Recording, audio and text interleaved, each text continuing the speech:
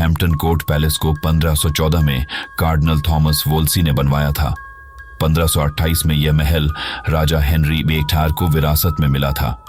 16वीं शताब्दी की शुरुआत में महल को राजा के हिसाब से रेनोवेट करवाया गया था, जिसमें हरे भरे बगीचे, बैंक्वेट हॉल और हेनरी VIII के राज्य और निजी अपार्टमेंट शामिल थे। महल में 1390 से अधिक कमरे हैं और यह लंदन से लगभग 1 घंटे की दूरी पर पूर्वी मोलेसी सरे में स्थित है। हेनरी VIII से लेकर विलियम III और मैरी II, जॉर्ज I और अंत में जॉर्ज III तक कई राजघरानों ने वर्षों तक हैम्पटन कोर्ट पैलेस पर कब्जा करे रखा। जॉर्ज III महल के आखिरी राजा थे।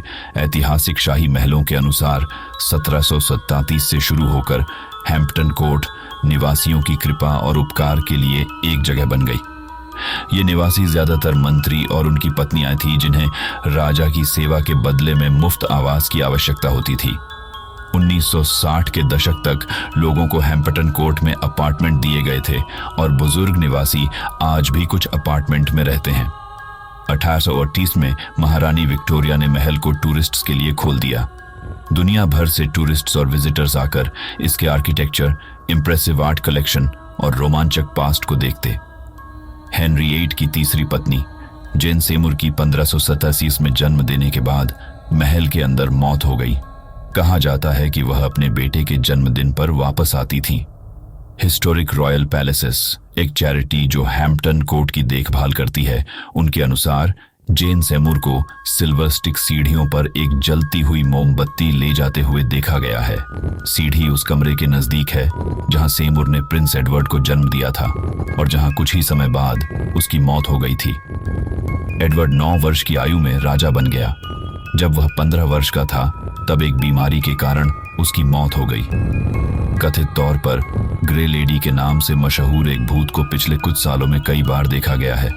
ऐसा माना जाता है कि ग्रे लेडी सिबिल पेन है, जो महल में एक पुरानी नौकर थी जिसने एडवर्ड VI और युवा रानी एलिजाबेथ I दोनों के लिए नर्स के रूप में काम किया था।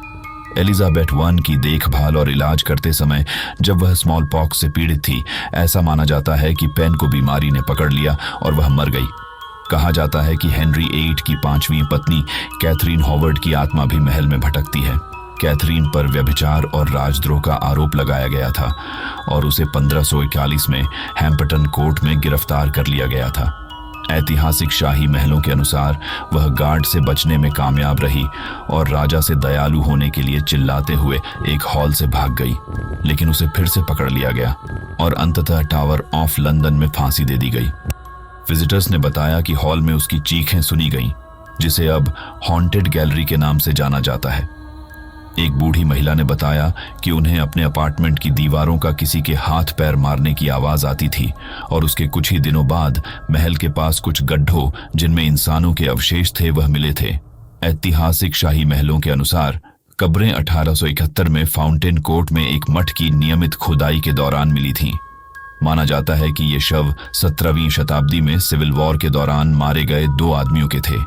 उन्हें ठीक से दफनाए जाने के बाद कथित तौर पर गड़बड़ी रुक गई। 2003 में बिल्डिंग के CCTV पर एक भूतिया आकृति देखकर सुरक्षा कर्मचारी परेशान हो गए। डरावने वीडियो में दिखाया गया है कि कोई भूत आग से बाहर निकलने का दरवाजा खोल रहा है। ऐतिहासिक शाही महलों के अनुसार कोई भी इस घटना को शरारत बताने के लिए आगे नहीं आया है, इसलिए कोई नहीं जानता कि कंकाल किसी इंसान का काम है या यह महल सच में शापित है। आज के लिए बस इतना ही, और डरावनी कहानियां सुनने के लिए चैनल को सब्सक्राइब करना मत भूलना।